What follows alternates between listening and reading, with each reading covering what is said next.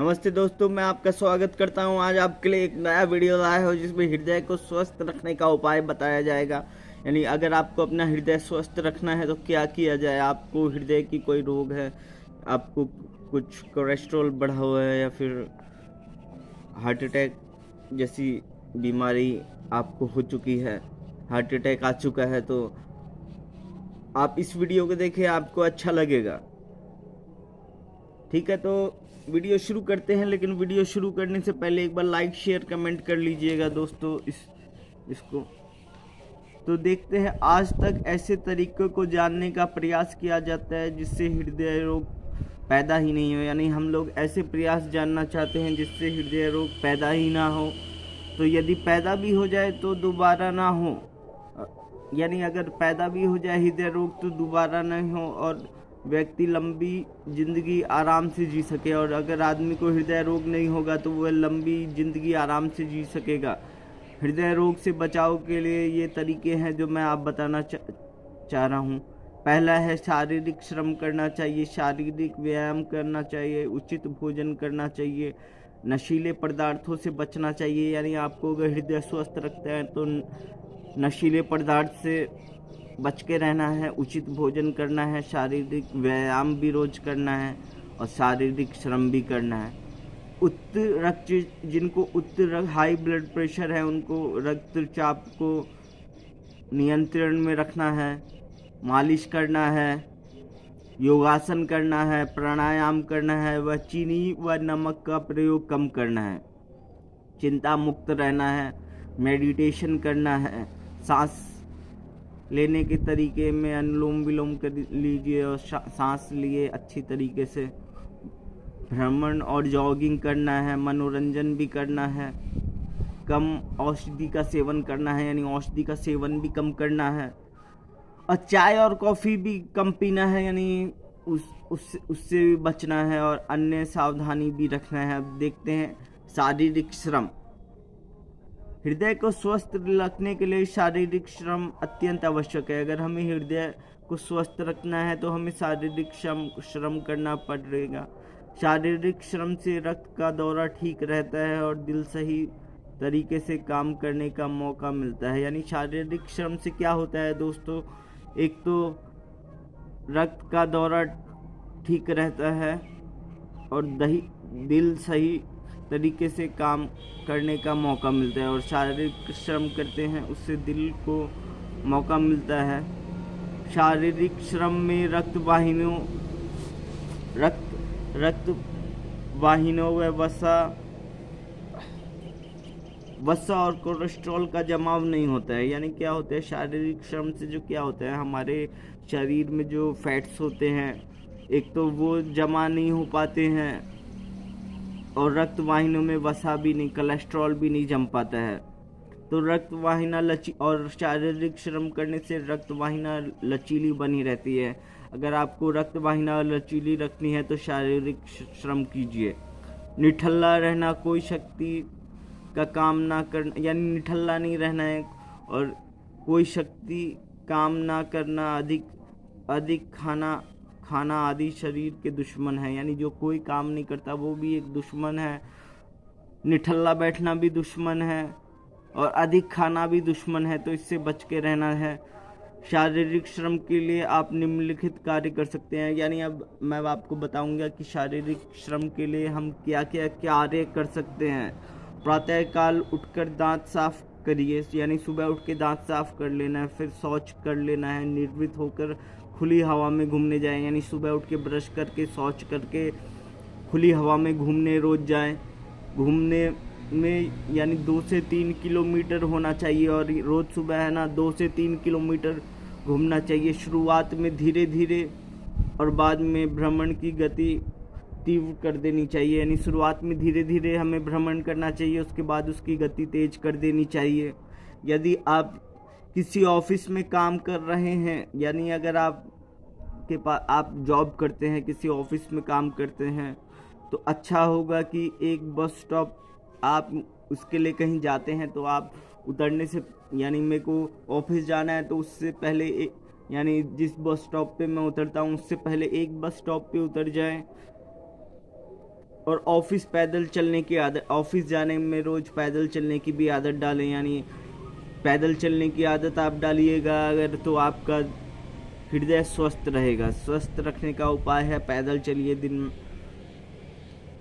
पैदल चलने की आदत डालेंगे। जैसे कि आपके बच्चे को स्कूल छोड़ने जाने के लिए पैदल की आदत डालें। यानी बच्चे जो होते हैं स्कूल छोड़ने जाने के लिए लोग scooter, motorcycle, four wheeler, Fortuner, Audi, Mercedes, इन सब का यूज़ करते हैं, लेकिन उनका यूज़ नहीं करना है बल्कि बच्चों को पैदल स्कूल जाने की आदत डलानी है चाहिए।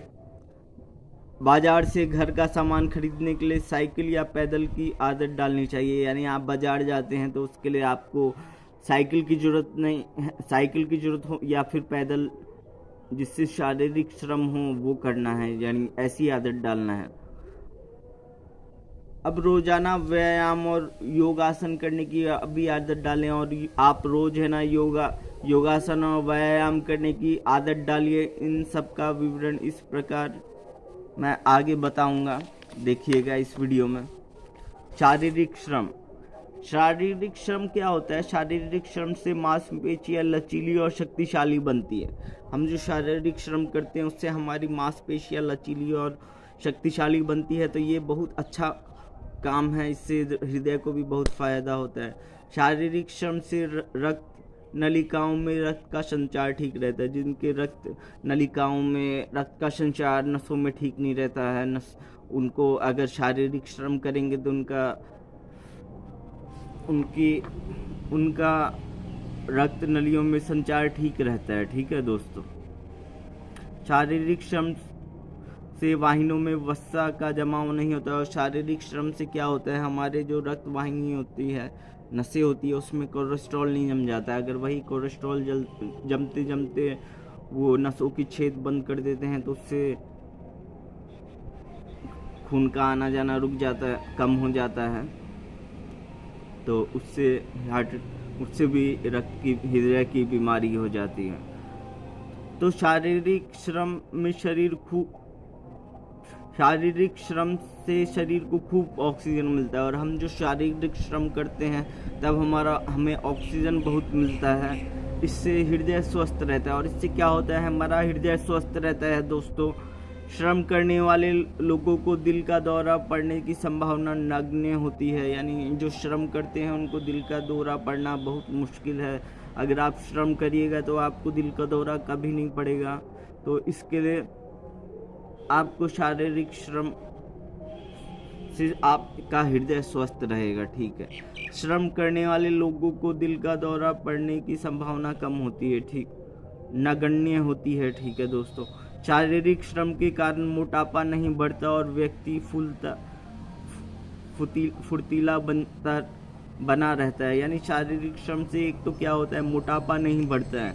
मोटापा भी हार्ट की बीमारी के लिए नुकसान है। और उससे क्या होता है, शारीरिक श्रम से हम फुर्तीले बने रहते हैं, हम में ताजगी रहती है और हम अच्छा रहते हैं। ठीक है। इसी प्रकार शारीरिक श्रम व्यक्ति के हृदय को स्वस्थ रखता है, और शारीरिक श्रम से क्या होता है, व्यक्ति का हृदय जो होता है वो स्वस्थ रहता है। धमनियाँ सख्त नहीं होती है उससे। शारीरिक श्रम करने से उच्च रक्तचाप अधिक नहीं होता है। यानी जिस शारीरिक श्रम से उच्च रक्तचाप अधिक नहीं होते। शारीरिक श्रम से फेफड़े शक्तिशाली बनते हैं। शारीरिक श्रम से बुढ़ापा देर से आता है। यानी आपको अगर शारीरिक श्रम करते हैं तो आपको बुढ़ापा देर से आएगा, आप बाद में बूढ़े होंगे। अगर आप शारीरिक श्रम नहीं करेंगे तो आप जल्दी बूढ़े हो जाएंगे। शारीरिक श्रम जो करता है उसका शरीर थक जाता है तो उससे नींद भी अच्छी आती है। तो शारीरिक श्रम करने से नींद भी अच्छी आती है, और चेहरे की चमक लंबी उम्र तक बनी रहती है, और चेहरे की चमक भी रहती है और लंबी उम्र तक रहती है। यानी जो शारीरिक श्रम करता है उसके चेहरे में चमक रहती है और उसे लंबी उम्र तक उसका चेहरा लंबी उम्र तक चमक उसके चेहरे में रहती है। लकवे की शिकायत कभी नहीं होती। जो शारीरिक श्रम करता है उसे लकवे की शिकायत कभी नहीं होती है। दिल की धड़कन नियमित रहती है और उसकी दिल की धड़कन नियमित रहती है। रक्त में लाल रंग कोशिका का अभाव नहीं होता अथवा एनीमिया की शिकायत नहीं होती। और इससे क्या होता है, रक्त में लाल कणों का अभाव नहीं होता, हमारी जो रेड ब्लड सेल होती है उसके अभाव नहीं होता, शारीरिक श्रम और अनीमिया की शिकायत भी नहीं होती। ठीक है, तो दोस्तों इस प्रकार शारीरिक श्रम से अनेक लाभ होते हैं जो लाखों रुपए खर्च करके भी प्राप्त नहीं होते वे शारीरिक श्रम से। यानी दोस्तों हम जो शारीरिक श्रम करते हैं उससे हम अगर लाखों रुपए भी खर्च कर लें तो भी हम उतने लाभ नहीं प्राप्त कर पाएंगे जितने कि हम शारीरिक श्रम से करते हैं। हम लाख रुपए खर्च कर दिए पीछे,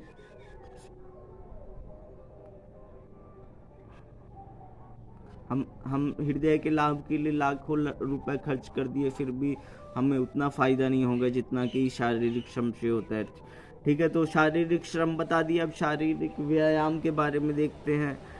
शारीरिक व्यायाम जो होता है दोस्तों, शारीरिक व्यायाम भी एक प्रकार का शारीरिक श्रम है। यानी शारीरिक व्यायाम भी एक तरह का शारीरिक श्रम है। शारीरिक व्यायाम में दौड़ना, दंड बैठक लगाना, साइकिल चलाना, तैरना, पीटी जैसे व्यायाम करना आदि आते हैं। यानी उसमें ये सब हो जाते हैं। तो क्या हो जाता है, शारीरिक श्रम भी एक शारीरिक व्यायाम भी एक शारीरिक श्रम है। और इसमें होता है दौड़ना, दंड बैठक लगाना, साइकिल चलाना, तैरना, पीटी जैसे काम आते हैं। इन सभी व्यायामों से हृदय को और ये सब करने से क्या होता है, हमारी हृदय को शक्ति मिलती है। शक्ति करना है तो शारीरिक व्यायाम करना है। और वे भी लाभ प्राप्त होते हैं जो शारीरिक श्रम से प्राप्त होते हैं। और जो शारीरिक श्रम से जो भी मैंने बताया कि इससे जो लाभ प्राप्त होते हैं वो हमें शारीरिक व्यायाम से भी हो जाते हैं। तो ठीक है दोस्तों, अब आगे चलते हैं। दौड़ना जाना माना व्यायाम है। यानी दौड़ने के बारे में तो हर कोई जानता है कि ये व्यायाम है। इस व्यायाम के लिए सबसे पहले धीरे धीरे दौड़ना चाहिए। और हमें अगर हृदय स्वस्थ रखना है तो शुरुआत में हमें धीरे धीरे दौड़ना चाहिए, फिर तेज़ी से दौड़ना चाहिए, उसके बाद फिर धीमी गति से दौड़ना चाहिए। नहीं, पहले धीरे हुआ, फिर तेज हुआ, फिर धीरे हो गया। दौड़ने का व्यायाम लोगों को नहीं करना चाहिए जो उच्च रक्तचाप और हृदय रोग से पीड़ित है।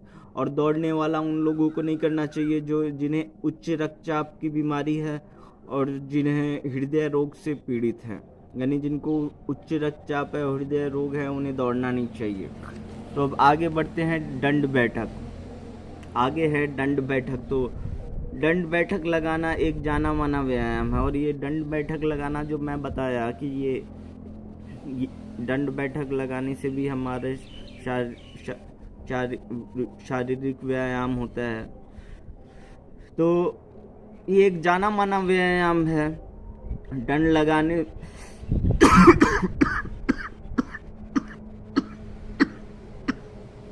सॉरी दोस्तों, दंड लगाने में आदमी पंजों और हथौड़ियों के बल से कमर ऊपर करके लेटने की सी मुद्रा में आ जाते हैं और शरीर को आगे पीछे करके दंड लगाते हैं।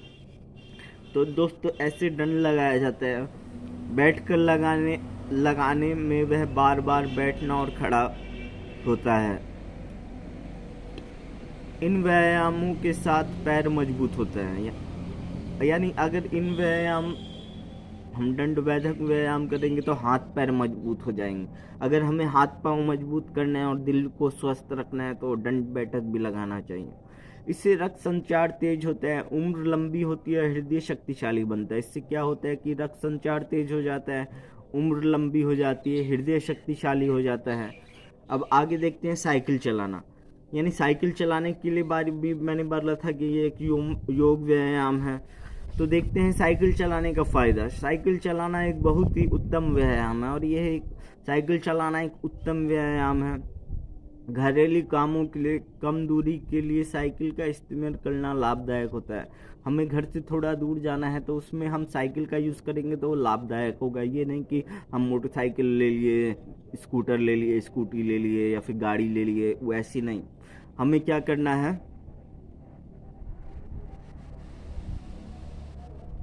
साइकिल के इस्तेमाल करना है और ये इस्तेमाल लाभदायक रहता है।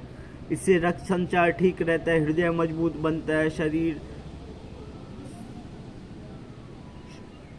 शरीर स्टेमिना बढ़ता है। और इससे क्या होता है, साइकिल चलाने से क्या होता है, एक तो रक्त संचार ठीक रहता है और हृदय मजबूत होता है और शरीर का स्टेमिना बढ़ जाता है। अगर हम शारीरिक श्रम, व्यायाम, साइकिल चलाते हैं, दौड़ते हैं, दंड बैठक करते हैं, तो इससे क्या होता है, इससे हमारा स्टेमिना बढ़ता है। साइकिल चलाने से अगर आपको स्टेमिना बढ़ाना है, आपके अंदर स्टेमिना कम हो गया, आपको स्टेमिना बढ़ाना है, तो साइकिल चलाइए।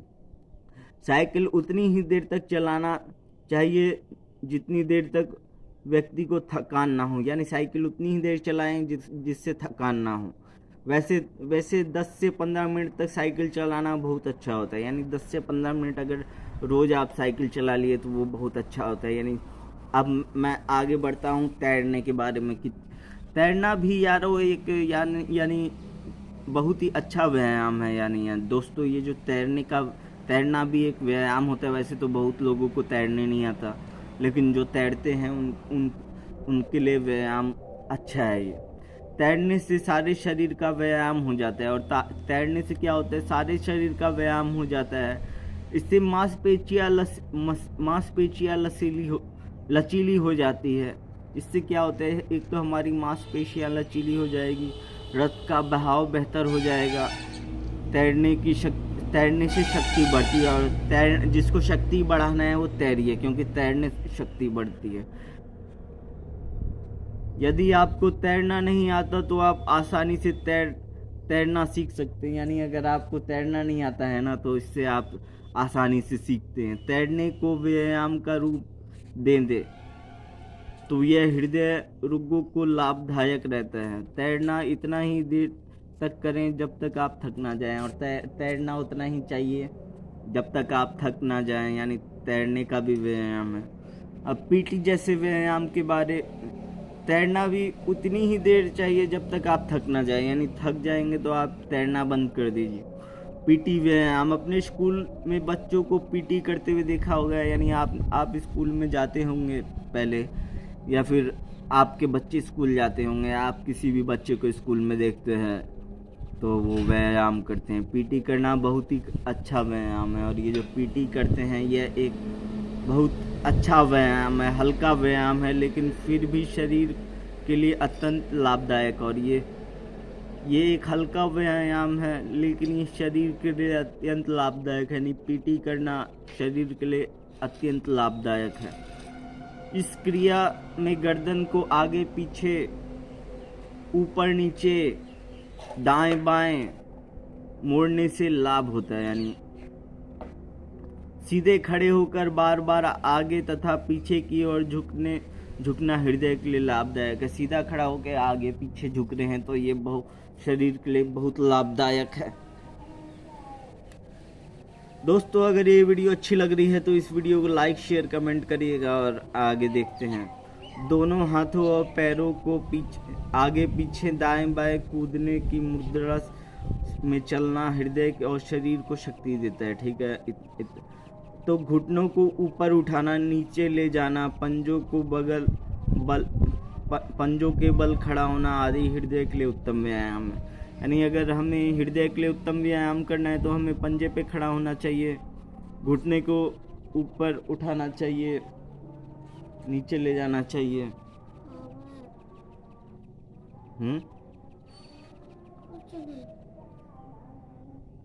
आप पीटी जैसे व्यायाम सीखने के लिए किसी स्कूल में जाएं और वहां के बच्चे को करते देखें। अगर आपको ये पीटी का व्यायाम सीखना है तो आप किसी स्कूल में जाएं और बच्चे से सीखें या देखें उन्हें। नहीं, बच्चे से सीखना नहीं है, बच्चों को देखना है। वहाँ पे टीचर होंगे, उनसे सीख लीजिए, पीटी टीचर से। इन व्यायामों के अतिरिक्त आप दूसरे व्यायाम भी कर सकते हैं घर में स्थिर, और अगर आप घर में स्थिर साइकिल भी चला सकते हैं जो एक जगह खड़ा रहता है। तो अब हम जानते हैं भोजन के लिए कि हम भोजन क्या करें। तो उचित भोजन के द्वारा भी हम अपने हृदय को स्वस्थ रख सकते हैं। तो संतुलित भोजन असंतुलित भोजन अनेक रोगों का मुख्य कारण है। अगर आप असंतुलित भोजन करते हैं तो अनेक मुख्य रोगों का कारण हो जाता है। भोजन का और स्वास्थ्य का एक दूसरे से गहरा संबंध है, और भोजन और स्वास्थ्य का जो संबंध है, अगर हम संतुलित और अच्छा भोजन, पौष्टिक भोजन करते हैं तो हमारा स्वास्थ्य भी अच्छा रहता है। तो इसका एक दूसरे से गहरा संबंध है। पोषक भोजन स्वास्थ्य के लिए अत्यंत लाभदायक है, और पोषक भोजन जो होता है वो स्वास्थ्य के लिए अत्यंत लाभदायक है, जबकि कुपोषण भोजन स्वास्थ्य के लिए बड़ा दुश्मन है। और जो कुपोषण भोजन होता है वो स्वास्थ्य के लिए एक बड़ा दुश्मन है। भोजन के अंदर कार्बोहाइड्रेट होता है, वसा होता है, प्रोटीन होता है, विटामिन होता है, खनिज होता है, और पानी आदि का होना आवश्यक है। यानी हम जो भोजन यूज़ करते हैं ना, उसमें कार्बोहाइड्रेट, वसा, प्रोटीन, खनिज, पानी आदि होना अति आवश्यक है। शरीर को गर्म व शक्ति वसा कार्बोहाइड्रेट से मिलते हैं। यानी शरीर को गर्मी व शक्ति जो होती है ना, वसा व कार्बोहाइड्रेट से मिलता है। और प्रोटीन और खनिज शरीर का निर्माण करते हैं। प्रोटीन और जो खनिज होते हैं वो शरीर का निर्माण करते हैं। विटामिन, पानी और खनिज शरीर की रक्षा करते हैं। तो ठीक है, विटामिन, पानी और खनिज शरीर की रक्षा भी करते हैं। ठीक है। हृदय रोग। तो दोस्तों, आप ये वीडियो देख रहे हैं, अगर अच्छी लग रही है तो बताइएगा। तो हृदय रोगी को भोजन सादा होना चाहिए। जिसको हृदय रोग है उसको भोजन सादा होना चाहिए। इसमें वसा हो गया, मिठाई हो गया, कम से कम होना चाहिए। यानी भोजन में वसा और मिठाई कम से कम होना चाहिए। हृदय रोगों के लिए निम्नलिखित भोजन पदार्थ अत्यंत लाभदायक है। मैं आपको बताऊंगा हृदय के लिए कौन से भोजन लाभदायक है। तो भोजन में गाजर, मूली, ककड़ा, खीली, टमाटर, सलाद पत्ता आदि सेवन अत्यंत लाभदायक है। नहीं, भोजन में अगर हम गाजर, मूली, ककड़ी, खीरा, टमाटर, सलाद पत्ता आदि अत्यंत लाभदायक है। ठीक है। तो गाजर और गाजर के रस से कुछ ऐसे तत्व होते हैं जो शरीर को कैंसर मुक्त कर देते हैं। यानी गाजर जो होता है, और गाजर और उसके जो रस होते हैं उसमें ऐसे तत्व पाए जाते हैं जो शरीर को कैंसर मुक्त रखते हैं। यानी अगर आपको शरीर को कैंसर मुक्त रखना है तो गाजर खाइए, गाजर का जूस पीजिए। ठीक है। अब देखते हैं लहसुन का प्रयोग। लहसुन के बारे में जानते हैं। तो लहसुन का प्रयोग हृदय के लिए बहुत लाभदायक है। जिसको अगर आप लहसुन का प्रयोग भोजन में करते हैं, खाद्य सामग्री में करते हैं, तो ये हृदय के लिए बहुत लाभदायक है। लहसुन से शरीर में कोलेस्ट्रॉल की मात्रा कम होती है। यानी जिसको हार्ट अटैक आ जाता है, उसमें कोलेस्ट्रॉल बढ़ जाता है, तो अगर आप लहसुन खाइएगा तो आप कोलेस्ट्रॉल जो होगा वो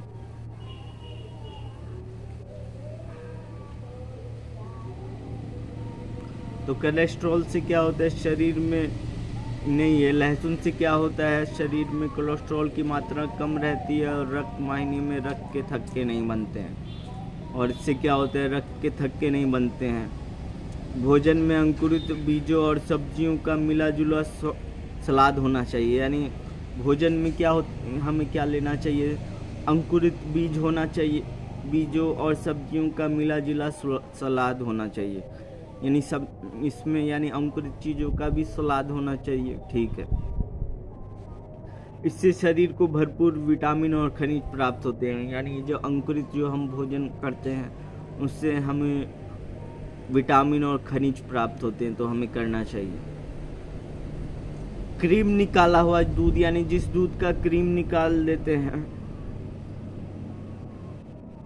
दूध का सेवन अत्यंत उपयोगी है। यानी ऐसे दूध का जो उपयोग अत्यंत उपयोगी है। एक गिलास क्रीम निकाला हुआ दूध हमें हर रोज पीना चाहिए। यानी हमें क्रीम निकाला हुआ दूध एक गिलास रोज पीना चाहिए। मट्ठा और छाछ का प्रयोग हृदय रोगियों के लिए बहुत उपयोगी है। और मट्ठा और जो छाछ होता है वो हृदय रोगियों के लिए बहुत उपयोगी होता है। इससे पाचन शक्ति मजबूत करनी है। अगर आपको पाचन शक्ति ठीक करनी है तो मट्ठा और छाछ का इस्तेमाल करिए, पीजिए। और हृदय रोगियों के लिए बहुत उपयोगी है और पाचन शक्ति भी बढ़ जाती है। बैगन खाना अत्यंत लाभदायक है, इससे कोलेस्ट्रॉल बनना रुकता है। यानी अगर आप में कोलेस्ट्रॉल बन रहा है, आपको हार्ट अटैक आ चुका है, तो आप बैगन खाइए, उससे आप ठीक होंगे। अधिक नमक, अधिक चीनी का प्रयोग बहुत हानिकारक है। यानी अधिक नमक और अधिक चीनी का जो प्रयोग होता है ना, वो हानिकारक है। नमक से रक्तचाप बढ़ता है और चीनी से मधुमेह बढ़ता है। यानी नमक से तो रक्तचाप बढ़ेगा और चीनी से मधुमेह बढ़ेगा। ताज़ी सब्जी और फलों का रस स्वास्थ्य के लिए अत्यंत हितकार है। यानी हमें ताज़ी सब्जियां लेना चाहिए और फलों का रस पीना चाहिए, ये अत्यंत हितकारी है। यानी हमें ताज़ी सब्जियां भी खानी चाहिए और फलों का रस यानी जूस पीना चाहिए। सोने से 3-4 घंटे पहले भोजन कर लेना चाहिए। यानी हम सो रहे हैं तो उससे 3-4 घंटे पहले भोजन कर लें। अंकुरित चने, भुने हुए चने खाना हृदय रोगियों के लिए बहुत लाभदायक होता है। यानी अंकुरित चना हो गया, जिसको अंकुरित चना अच्छा नहीं लगता है वो भुना खाइए, जिसे भुना नहीं अच्छा लगता है वो अंकुरित खाइए, तो उससे लाभ होगा। हृदय रोगियों के लिए लाभ रहता है। भोजन दिन में 3 बार से अधिक नहीं करना चाहिए और प्रत्येक भोजन के बीच में 5 घंटे का अंतर होना चाहिए। यानी आपको हृदय स्वस्थ रखना है तो भोजन दिन में 3 बार से अधिक नहीं करना चाहिए और प्रत्येक भोजन के बीच में 5 घंटे का समय लीजिए, अंतराल लीजिए। भोजन जितना हल्का फुल्का हो उतना ही स्वास्थ्य के लिए लाभदायक रहता है। यानी भोजन जितना हल्का फुल्का होगा स्वास्थ्य के लिए भी उतना लाभदायक होगा। भोजन में अधिक मिर्च, मसाले, अचार आदि का स्वाद पर बुरा प्रभाव पड़ता है। यानी भोजन में अधिक मिर्च, मसाले आदि स्वास्थ्य पर बुरा प्रभाव पड़ता है।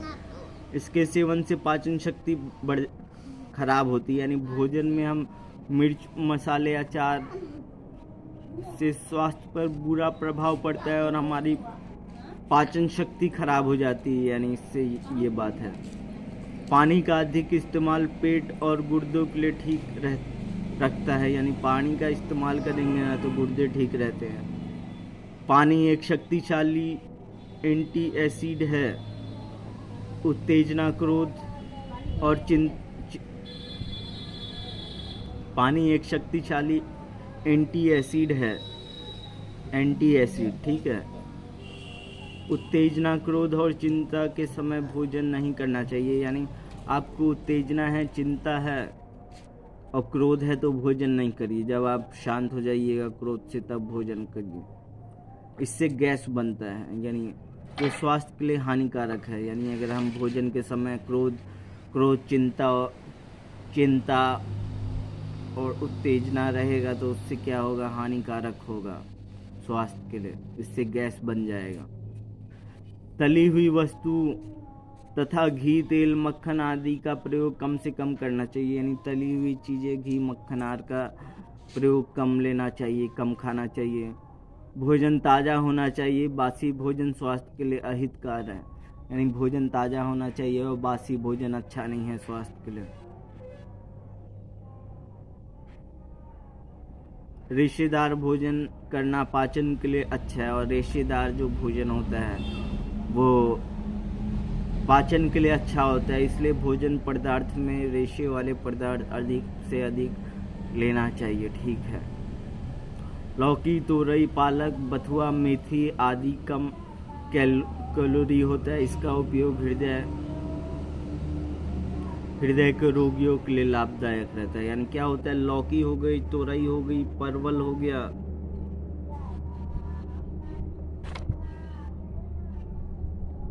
लौकी, तोरई, पालक, बथुआ, मेथी आदि कम कैलोरी के होते हैं। इसका उपयोग हृदय रोगियों के लिए लाभदायक रहता है और इसका उपयोग हृदय रोगियों के लिए लाभदायक रहता है। और दोस्तों, जो ठंडा चीज़ पीते हैं, कोल्ड ड्रिंक, चाय, कॉफ़ी, ठंडे पेय आदि का उपयोग स्वास्थ्य के लिए हानिकारक है, यानी ये सब जो चीज़ें हैं ये हानिकारक है। अतः जहाँ तक हो सके इनका प्रयोग कम से कम करना चाहिए, और जितना हो सके इनका प्रयोग कम से कम करना चाहिए। शहद का सेवन हृदय के लिए गुणकारी है, लेकिन हृदय रोगियों को शहद नहीं खाना चाहिए। यानी जिसे हृदय रोग, शहद तो एक वैसे हृदय के लिए एक गुणकारी है, लेकिन जिसे हृदय रोग है उसे शहद नहीं खाना चाहिए। आंवला विटामिन सी का बहुत अच्छा स्रोत है, और आंवला जो होता है वो विटामिन सी का बहुत अच्छा स्रोत होता है। इसका सेवन हृदय और गले के रोग के लिए बहुत लाभदायक है।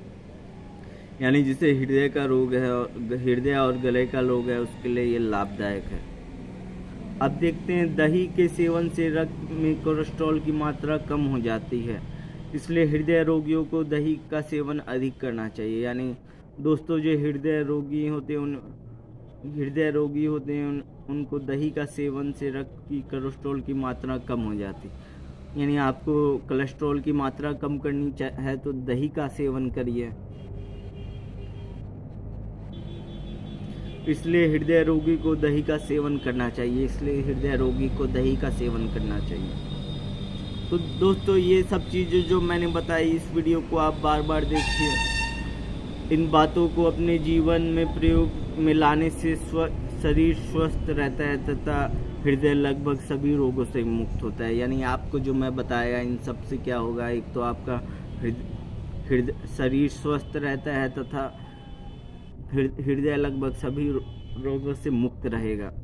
हृदय रोग से बचाव के लिए अंडा, पशुओं से प्राप्त वसा, मांस, मदिरा यानी दारू आदि का सेवन ना किया जाए तो बेहतर है। ठीक है। अधिक भोजन करने से आने वाला मोटापा भी हृदय में अत्यंत हानिकारक है। ठीक है दोस्तों। तो दोस्तों अगर ये आपको वीडियो अच्छी लगे तो लाइक शेयर कमेंट करिएगा, वीडियो अच्छी लगी तो बताइएगा। और ठीक है दोस्तों, आज के लिए इतना ही। Bye bye. फिर वीडियो लाऊंगा। आप इस वीडियो को लाइक शेयर सब्सक्राइब कमेंट करिए और शेयर करिए, और मेरे को बताइए आपको कैसी वीडियो लगी। तो आज के लिए इतना ही, फिर नई वीडियो आपके लिए लाऊंगा नई चीज़ के लिए। आज के लिए बस इतना है। बाय बाय दोस्तों, बाय।